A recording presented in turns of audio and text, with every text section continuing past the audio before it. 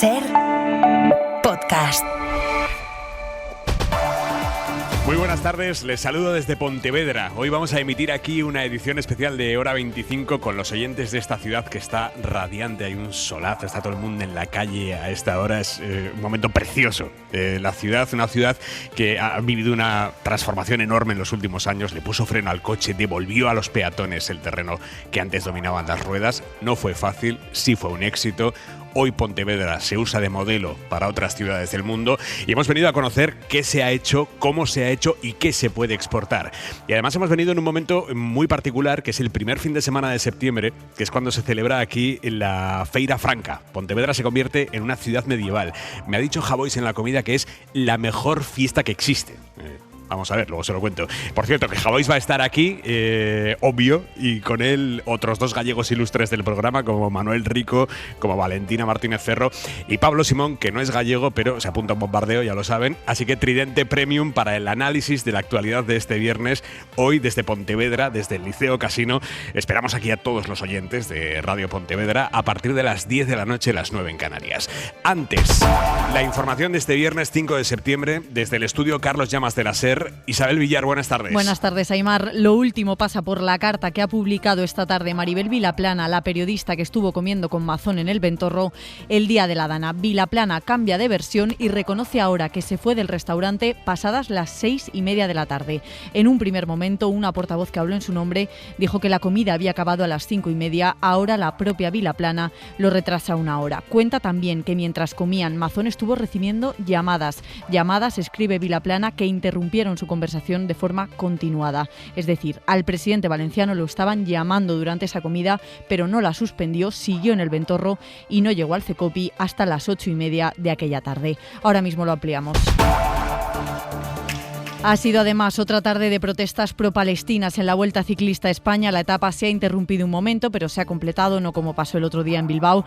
Netanyahu, el primer ministro israelí, ha defendido esta tarde al equipo Israel Premier Tech, que corre en la Vuelta, animándolo a no ceder ante el odio y la intimidación. Así lo ha escrito en redes sociales. Jesús Gallego, buenas tardes. Buenas tardes. La interrupción no afectó a la lucha por la victoria de etapa en ese final en el Angliru, donde se impuso el portugués Almeida, con Vingegaard segundo, que sigue mandando en la clasificación general con 46 segundos de ventaja. Y la otra cita deportiva del día, 9 de la noche, Nueva York. Carlos Alcaraz se enfrenta a Djokovic en la primera semifinal del Open de los Estados Unidos de tenis. Vamos con el tiempo para las próximas horas. Jordi Carbó, muy buenas. Buenas tardes, fin de semana de pleno verano. De hecho, mañana incluso temperaturas de canícula en la mayor parte del país, entre los 30 y 35 las máximas, superando los 35, cuidado, en el Cantábrico, también en Castilla y León, de nuevo con riesgo de incendio forestal, cerca de los 40 en el Valle del Guadalquivir. En general, mañana va a hacer mucho sol, el domingo un poco menos de calor, pero igualmente calor, y durante la tarde primeras tormentas en Galicia, Extremadura y el centro de la península. Empieza Hora 25. Con esa carta de Maribel Vilaplana, casi 11 meses después de la tragedia en la que murieron 228 personas. Vilaplana relata que llegó al Ventorro pasadas las 3 de la tarde de aquel 29 de octubre y que en un momento determinado de la comida Mazón empezó a recibir llamadas, pero que ella no preguntó por el contenido y que el presidente tampoco le trasladó, abro comillas, ninguna inquietud al respecto. Esto es literal. Escribe Vilaplana que el presidente Mazón no le trasladó ninguna inquietud sobre las llamadas que estaba recibiendo esa tarde, la tarde de la Dana.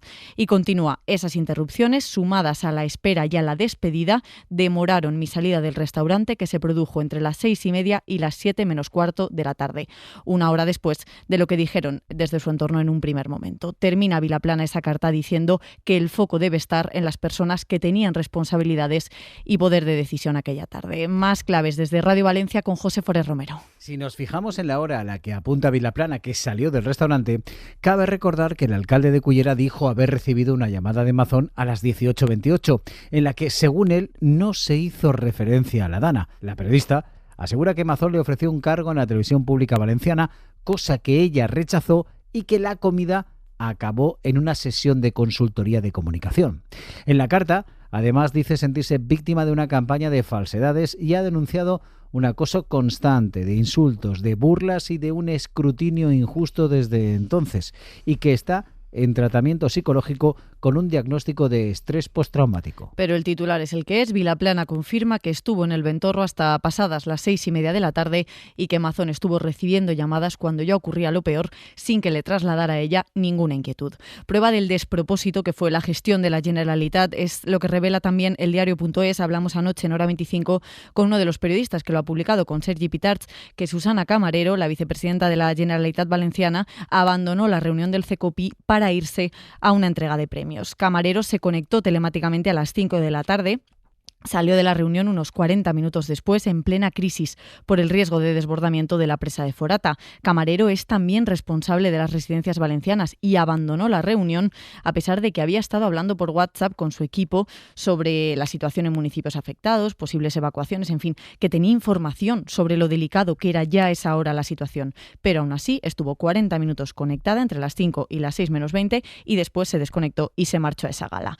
Ella hoy se ha intentado justificar. Yo no tenía ninguna obligación y no tengo ninguna responsabilidad en emergencias, ni entonces ni ahora. A la hora en la que yo voy al acto, la información que se tiene de Forata, que es posterior, como le digo, no es que haya un riesgo inminente de ruptura. Pero no es verdad. Testigos, los propios imputados, le han contado a la jueza que nada más empezar el CECOPI a las 5 ya se hablaba, sobre todo de la presa de Forata y del riesgo de que se desbordara. Hay un WhatsApp, de hecho, a las 5:30 de la tarde que el jefe de climatología de la EMET envió diciendo: situación crítica, embalse de Forata casi desbordándose. O sea que ya se estaba tratando esto en la reunión con Camarero conectada. Y aún así ella se fue. Los periodistas se lo han recordado, esta sucesión de datos, y ella...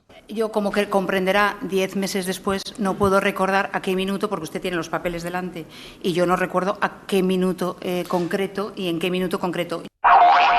Es la foto del día. Álvaro García Ortiz, fiscal general del Estado, sentado junto a la presidenta del Consejo General del Poder Judicial, Isabel Perelló, y el rey en la apertura del año judicial. Soy plenamente consciente de las singularidades procesales, de las singularidades circunstancias que mi intervención tiene en este momento, en este acto. Respeto, por supuesto, todas las opiniones que sobre el particular puedan manifestarse. Si estoy aquí como fiscal general del Estado es porque creo en la justicia y en las instituciones que la conforman. Y, por supuesto, también en la verdad. Es lo único que ha dicho el fiscal general sobre su procesamiento por supuestamente filtrar el mail en el que el abogado del novio de Ayuso reconocía los delitos fiscales de su cliente. A Álvaro García Ortiz le escuchaba el juez que lo investiga y los que, llegado el caso, le juzgarán. Una situación insólita que los vocales conservadores del Poder Judicial y por la que los conservadores del Poder Judicial pidieron ayer públicamente que el fiscal general no participara en el acto de hoy, pese a que le obliga la ley. El acto se había ido calentando en los días previos, pero llegado el momento, García Ortiz ha presentado su memoria de la Fiscalía sin sobresaltos y después la presidenta del Consejo General del Poder Judicial, Isabel Perelló, ha pronunciado su discurso, un discurso en el que, como se esperaba, ha sido dura, crítica contra las descalificaciones de los poderes públicos a la justicia, una referencia velada a las palabras del presidente del Gobierno esta semana diciendo que hay jueces haciendo política. Pedro Jiménez, buenas tardes. El solemne acto de apertura de tribunales presidido por el rey ha transcurrido con normalidad, más allá de alguna ausencia y de los aplausos que se han escuchado después de ambos discursos, más para la presidenta del Poder Judicial que para el fiscal general, que ha aprovechado la presentación de la memoria para referirse a su procesamiento. Álvaro García Ortiz ha dicho que confía en la justicia, que cree en la verdad y advierte de que el Ministerio Público no sucumbe ante los embates o ataques de los delincuentes. Isabel Perelló ha dado un tirón de orejas a los vocales conservadores que pidieron este jueves que tomara partido frente al Gobierno y a la Fiscalía. No es propio del Poder Judicial entrar en críticas a personas e instituciones, ha dicho, pero, sobre todo y sin citarle, ha salido al paso de las críticas del presidente del Gobierno a los jueces. Estas descalificaciones son impropias de un Estado de Derecho avanzado, en la que rige no solo el principio de separación de poderes, sino también el principio de respeto mutuo, en definitiva, el de lealtad institucional.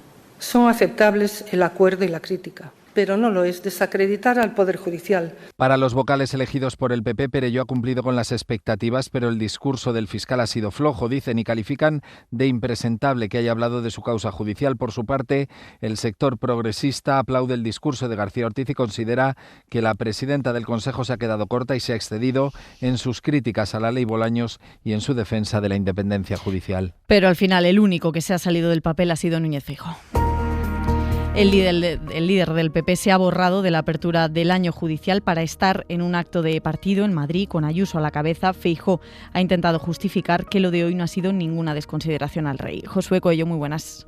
¿Qué tal? Buenas tardes. Casi a la misma hora que en el Supremo se inauguraba el año judicial, a 30 kilómetros de allí, en Arganda del Rey, Feijóo, escoltado por Ayuso y unos 1000 simpatizantes, no solo se justificaba por su sonada ausencia, es que además hacía gala de ello. Me alegro de no estar presente allí. El jefe de la oposición no tiene ninguna labor constitucional obligatoria para estar presente en ese acto. Al líder de la oposición solo le preocupaba dejar claro que él, al rey, jamás le fallaría. Quien le falla al jefe del Estado es quien le abandona en paiporta en plena dana. No le estamos fallando al jefe del Estado. Y junto a él, Ayuso, que le allanó el camino haciendo de maestra de ceremonias. La presencia del fiscal hoy en ese acto es la viva representación del sanchismo, que es la falta de respeto a las normas, a los españoles. Una ausencia defendida a coro por el PP, pero criticada por el gobierno. María Jesús Montero. Ha preferido estar con Ayuso por una posición permanente de desautorización, de confrontación con el gobierno de Pedro Sánchez. Tras un acto en Arganda del Rey que solo fue una excusa para que, por primera vez, un líder de la oposición no estuviese en el arranque del año judicial. En el bar de Pepe. Vaya, Pepe, desde que te anuncias en la radio, cada día tu local tiene más ambiente. Sí, se nos ha hecho famoso. ¿Me firmas un autógrafo? ¡Qué cachondos! Venga, que tengo lío. ¿La tostadita de siempre para la fan? Si tienes un negocio y quieres estar en boca de todos, aprovecha las ventajas de Ser Publicidad. Elige precio, público y dónde quieres que se escuche. Serpublicidad.es. Impulsamos tu negocio. Hora 25. Con Isabel Villar. Multa histórica de la Unión Europea a la multinacional estadounidense Google, casi 3.000 millones de euros, la segunda sanción más alta de su historia, la han anunciado esta tarde, por abusar de su posición dominante en el mercado de publicidad digital. Veremos cómo afecta esto a la relación europea con la administración de Donald Trump. Corresponsal en Bruselas, Enrique García Pozo. El gigante tecnológico llevaba en la lupa de la Comisión desde el año 2021, cuando el departamento que ahora dirige Teresa Rivera abrió una investigación por presuntas prácticas monopolísticas, algo que se ha confirmado este viernes. La Comisión considera que Google está favoreciendo sus propios servicios de publicidad en detrimento de la competencia, una práctica de posición dominante que contraviene las normas comunitarias, por lo que le da 60 días para plantear medidas que corrijan esta situación. Google ya ha comunicado que recurrirá la multa, la tercera que le aplica el Departamento de Competencia. Es un anuncio que se ha hecho a través de un comunicado. No ha habido rueda de prensa de la vicepresidenta Rivera, a pesar de lo sensible del anuncio y de su importancia política, porque Donald Trump ya había amenazado con aranceles si Bruselas perseguía a las tecnológicas estadounidenses. De hecho, el Ejecutivo Comunitario ha ido retrasando su publicación para no entorpecer la puesta en marcha del acuerdo comercial cerrado a finales de julio con Estados Unidos. Ahí en Estados Unidos seguimos con la mayor redada antiinmigración en este segundo mandato del presidente Trump. Han detenido a 475 personas, en su mayoría personas surcoreanas, que trabajaban en una fábrica de Hyundai en Georgia. El gobierno de Corea del Sur ha montado en cólera, se han quejado ya al embajador de Estados Unidos en su país. Corresponsal Sara Canals, muy buenas. ¿Qué tal, Isa? Sí, buenas. Ha sido esta mañana cuando agentes del servicio migratorio han interrumpido la actividad en esa planta para detener a cientos de constructores.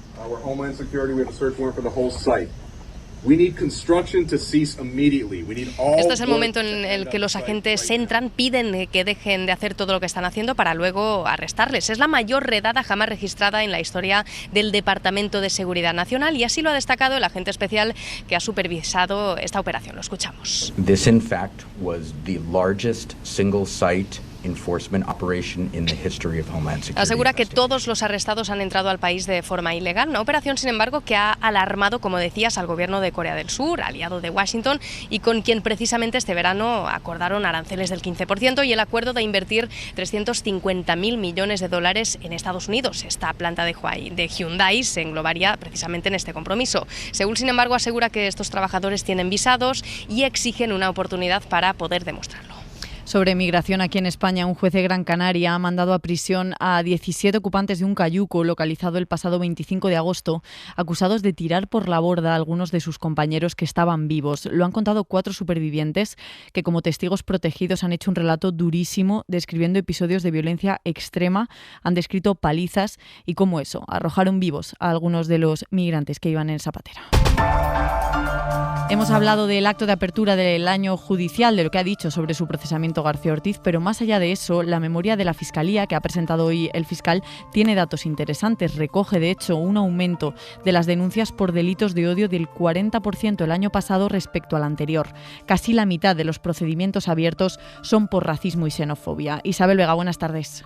Buenas tardes, sí, estamos hablando de 477 diligencias abiertas por delitos de odio y casi la mitad por racismo o xenofobia. Hasta 129 de ellas acabaron en querella por conductas que, en medio centenar de casos, se cometieron por Internet. Es uno de los asuntos que destacaba García Ortiz en su discurso por preocupante, como también lo es el incremento del 149% en 3 años que ha experimentado la llegada de menores solos a España, sobre todo niñas, que fueron 631 el año pasado. Sin acompañamiento familiar, estigmatizados y señalados públicamente por algunos sectores sociales y también políticos, se encuentran solos frente a un mundo extraño y requieren una atención especial. La memoria es muy extensa y recoge el punto de vista de fiscalías como Anticorrupción, que denuncia el tiempo inasumible que se tarda en celebrar un juicio. Pueden pasar más de 6 años desde que se termina la causa, lo que se traduce en rebajas de condena, entre otros problemas. Reclama además esta fiscalía tribunales especializados en delitos económicos.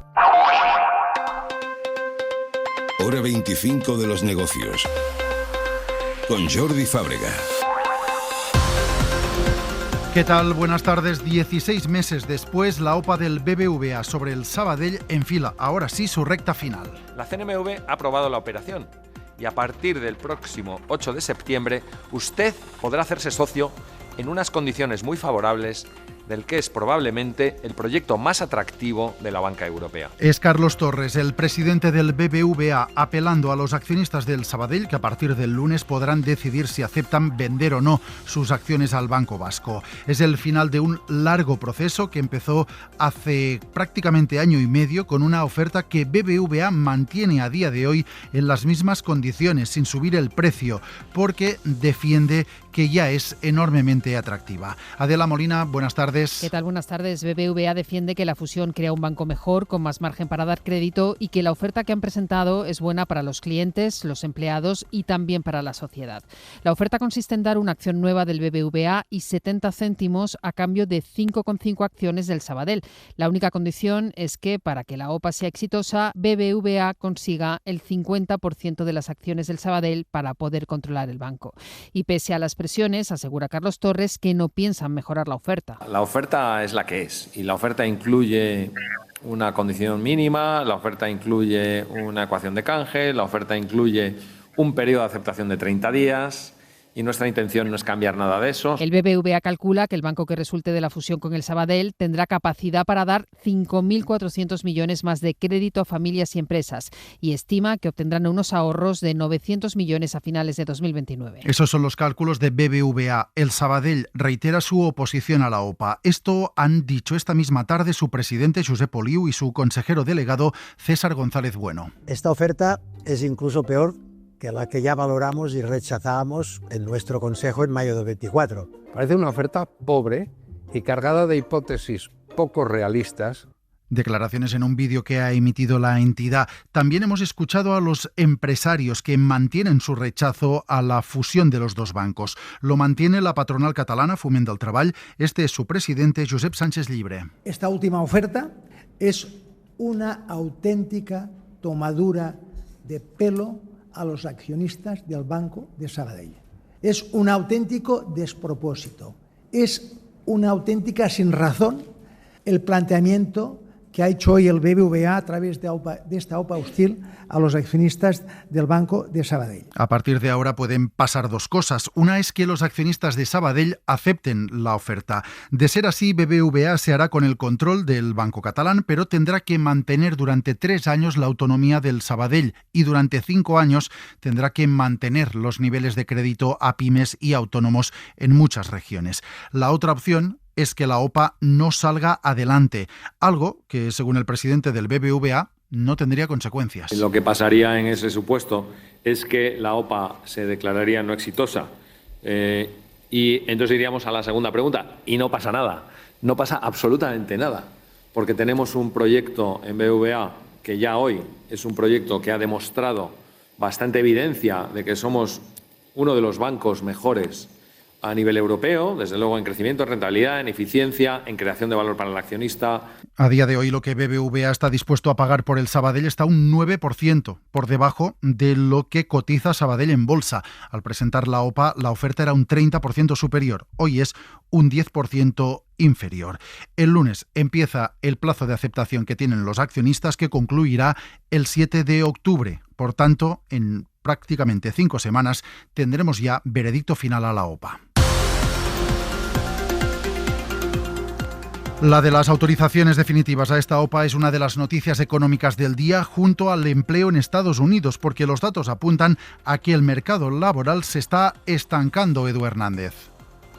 En agosto se crearon en Estados Unidos solo 22.000 empleos y sigue notándose el despido de empleados públicos. Hoy hay 100.000 menos que cuando Trump recuperó la presidencia. A este dato de agosto, muy por debajo de lo esperado, se le suma una revisión de los datos de junio, en los que, en lugar de crear empleo, ahora la Oficina de Estadística dice que se destruyeron puestos de trabajo. Veremos qué impacto tienen estos números en la decisión de tipos que tiene que tomar dentro de 2 semanas la Reserva Federal. Hasta aquí la edición de hoy de Hora 25 de los Negocios.